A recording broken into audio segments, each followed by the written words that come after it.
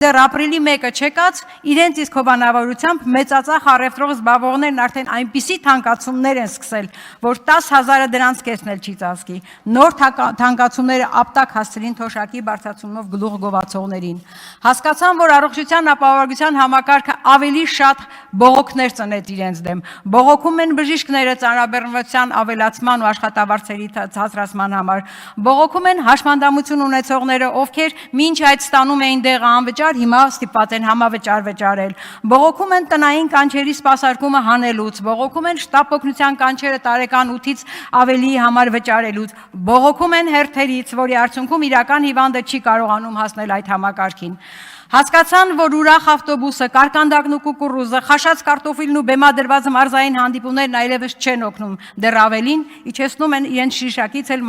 ցածր մակարդակը, վարկանիշը։ Հասկացան, որ Երևանի մետրոյում, բակերում տոտալ արհամարանքի ու մերժման են հանդիպում, որ իրական վերաբերմունքը խիստ տարբեր է բեմադրվածից։ Հասկացան ու որոշեցին գնալ վաբանկ։ Ուղղակի անցնել շանտաժի ու հանրությանը բառացիորեն վախեցնել պատերազմով։ Պատկերացնում եք, սիրելի հայրենակիցներ, ինչքան են վախեցած թուրք-ադրբեջանական տանդեմին տված խոստումների չկատարման պարագայում իրենց սպասվող պատժից, որ այլևս պատերազմով են վախեցնում։ Ուշադրություն, նրանք չեն ասում, որ իրենց ընտրության ժամանակ պատերազմ չի լինելու։ Իսկ որ իրենց իշխանության ժամանակ 3 պատերազմ են ունեցել, դա ուղղակի անհերքելի փաստ է։ Թե ձեր իշխանության գալու ու մնալու համար այն ժամանակ այդ պատերազմներն անհրաժեշտ էին, թե պայմանավորվածություն ունեք երբ սկսել պատերազմ, երբ խաղաղության իմիտացիա սարքել։ Հիմա էլ նրանք չեն ասում, թե էլ ինչ գիտակցված զոհողությունների են գնալու, եթե վերընտրվեն։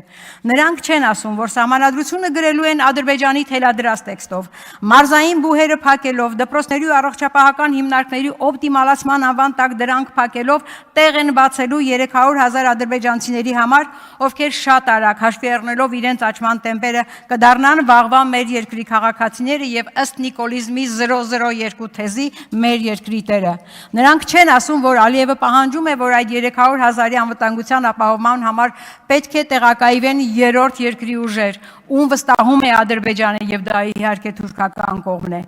Իսկ իրենք պատրաստ են այդ հրահանգը կատարելու։ Այս ամենի մասին դուք լռում եք, բայց իմացեք, դուք չեք վերընտրվելու, պատերազմ էլ չի լինելու։ Ինչպես հենց ձեր ղեկավարն ասաց մետրոյում, դա ձեր վերջին կանգառն է, իջնելու եք, չուկ չակ չարակ չակ հեռացող գնացքը ձեզ է սպասում։